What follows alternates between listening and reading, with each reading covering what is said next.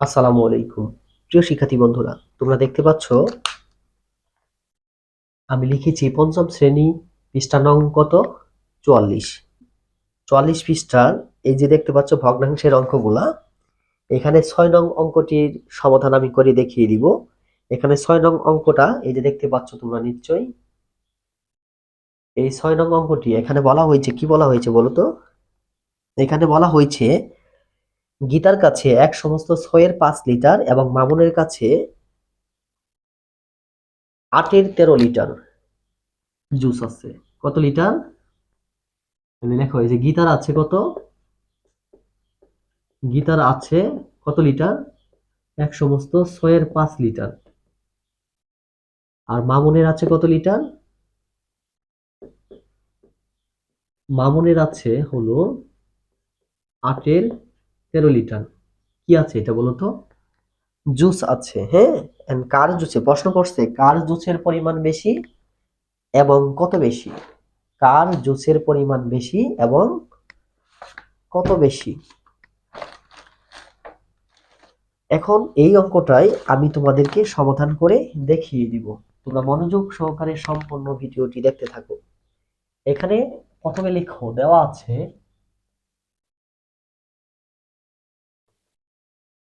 দেওয়া আছে কি দেওয়া আছে?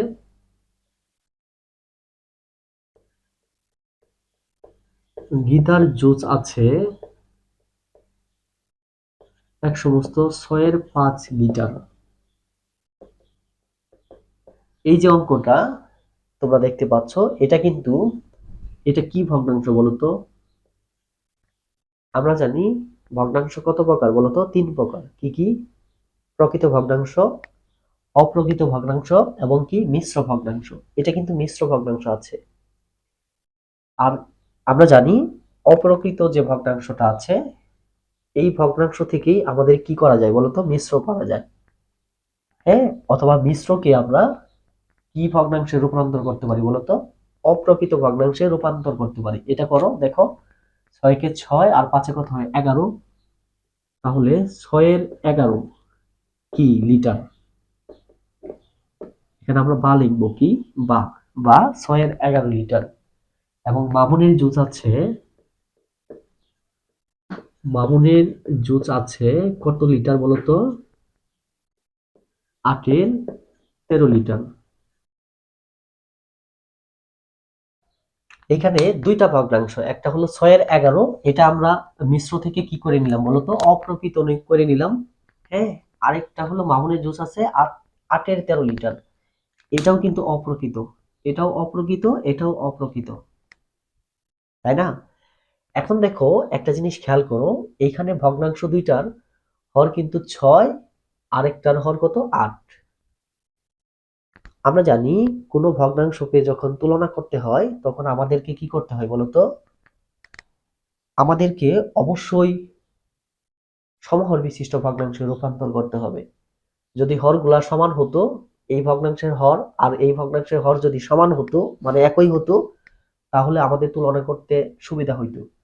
কিন্তু এখন যেহেতু এক না, এই জন্য আমাদেরকে এক করে নিতে হবে। তাহলে এক করার জন্য আমাদের কি করতে হবে বলতো? এক করার জন্য আমাদের সমহর বিশিষ্ট ভগ্নাংশে রূপান্তর করতে হবে। লেখো এখানে এখানে ভগ্নাংশ দুইটির হর, ভগ্নাংশ দুইটির হর কত বলতো? হর ৬ ও ৮ এবং এদের লসাগু কি লিখবো? এদের লসাগু কত? ৬ আর ৮ এর লসাগু কত হয় দেখো তো? ২ দিয়ে দাও, ৩ দোকানে ৬, ৪ দোকানা, তাহলে ২ দোকানে ৩ দোকানে ৬, ৬ ৪ ৬ কত হইলো? ২৪। এবং এদের লসাগু কত? ২৪ বের হইলো। ২৪।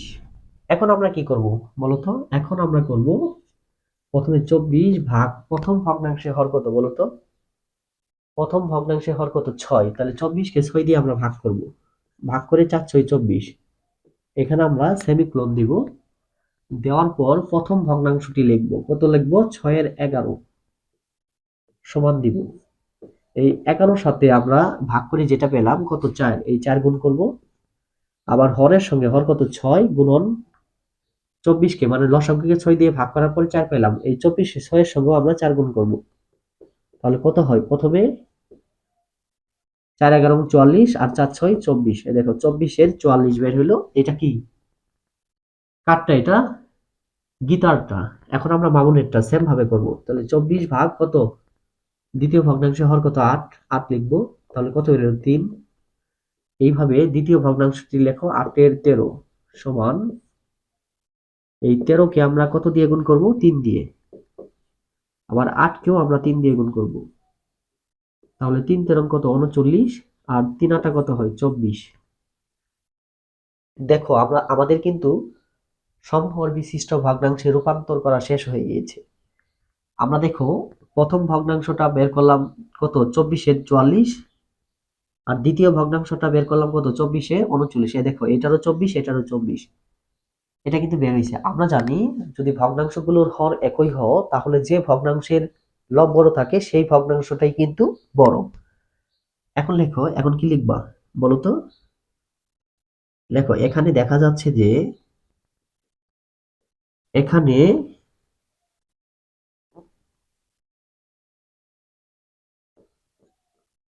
দেখা যাচ্ছে যে কি দেখা যাচ্ছে বলো তো। এই যে লিখবো এটা 24 এর 39, আর লিখবো কত 24 এর 44। মাঝখানে এই চিহ্নটা কেন দিলাম বলো তো। এটা দেওয়ার অর্থ হলো এটার চেয়ে এটা বড়। এখন বাদেও বা এই 24 এর 44 এর মূল ভগ্নাংশ কত 6 এর 11, সরি 24 এর 39 এর মূল ভগ্নাংশ হলো 8 এর 13, 8 এর 13, আর এখানে কত 6 এর 11। আবার বা, এখন বাটা এখানে আসতেছে না, আমি আমি একটু সাইডে লিখে দিচ্ছি। এখানে বা লিখবা নিচে, কিন্তু নিচে আমার জায়গা নেই, এই জন্য আমি এখানে লিখে দিচ্ছি বা। এই 8 এর 13 কার বলতো, 8 এর 13 হলো মামুনের। কার এটা, মামুন। আর 6 এর 11 কার, এটা হলো গীতা। কার এটা, গীতা। ওকে, এখন আমি একটু মিশিয়ে দিচ্ছি। আমার একটু হোয়াইট বোর্ডটা ছোট হওয়ার কারণে এখানে জায়গা জায়গা নেই, এই জন্য আমি এখন এটা মিশিয়ে দিচ্ছি। এখন দেখো সূত্রাঙ্ক দিয়ে লিখবা। সুতরাং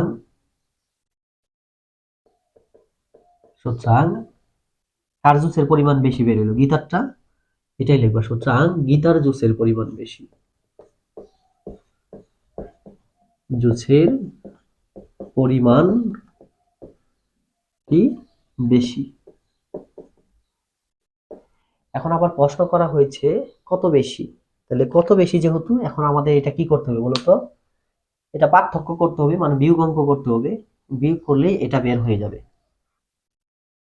বিয়োগ করলেই এটা বের হয়ে যাবে। তাহলে সুতরাং দিয়ে লেখো, সুতরাং গীতার জুসের পরিমাণ বেশি,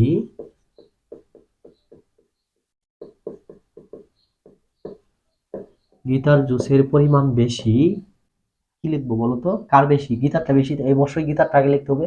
তাহলে গীতার কত ছিল, গীতার কত ছিল বলতো 6 এর 11 বিয়োগ 8 এর 13, এটা ছিল মামুনের লিটার। তাহলে এটাকে কি করবো বলতো, লসাগু করো, কত হয় 4 6 24, তাহলে 4 6 কত 24, 4 4 11 কত হয় 44, বিয়োগ কত বের হয় 3 8 24, 3 13 39। তোমরা এটা দিয়েও করতে পারো, আর যদি বলো যে না একবার তো বের করে নিছো, এটা দিয়েও করতে পারো। এই যে 24 এর 39, 24 এর 44, এটাও তোমরা এইখানে লিখতে পারো, এটা তোমাদের ইচ্ছা। আচ্ছা, এখন আমি কি করব, নিচে 24 আর এটা বিয়োগ করলে কত হয় 5, তাহলে 24 এর 5 লিটার। তাহলে গীতার জুসের পরিমাণ বেশি হলো 24 এর 5 লিটার। এখন আমরা একদম নিচে উত্তরটা লিখে দিব। উত্তর হবো এখানে দুইটা, কয়টা উত্তর, দুইটা। কেন দুইটা, এক প্রথমে বলছে হলো কার জুসের পরিমাণ বেশি, তাহলে উত্তরটা বের হলো কার, গীতার বের হইলো। আর কত বেশি এটা, তাহলে এটা লিখতে হবে 24 এর 5 লিটার। তাহলে উত্তর লেখো, উত্তর উত্তর, কার জুসের পরিমাণ বেশি? গীতা। কমা দিয়ে লেখো। কত বেশি? 24-এর 5 লিটার। 24-এর 5 লিটার। ওকে। তো প্রিয় শিক্ষার্থী বন্ধুরা, আশা করি তোমরা এই 6 নং যে অঙ্কটি আছে এই অঙ্কটি তোমরা বুঝতে পেরেছো। এই অঙ্কের মধ্যে কোনো সমস্যা যদি থাকে অবশ্যই আমার ভিডিওর নিচে তোমরা কমেন্ট করবে, আমি ক্লিয়ারলি বুঝিয়ে দেওয়ার চেষ্টা করব। তো সবাই ভালো থাকো, সুস্থ থাকো। আসসালামু আলাইকুম।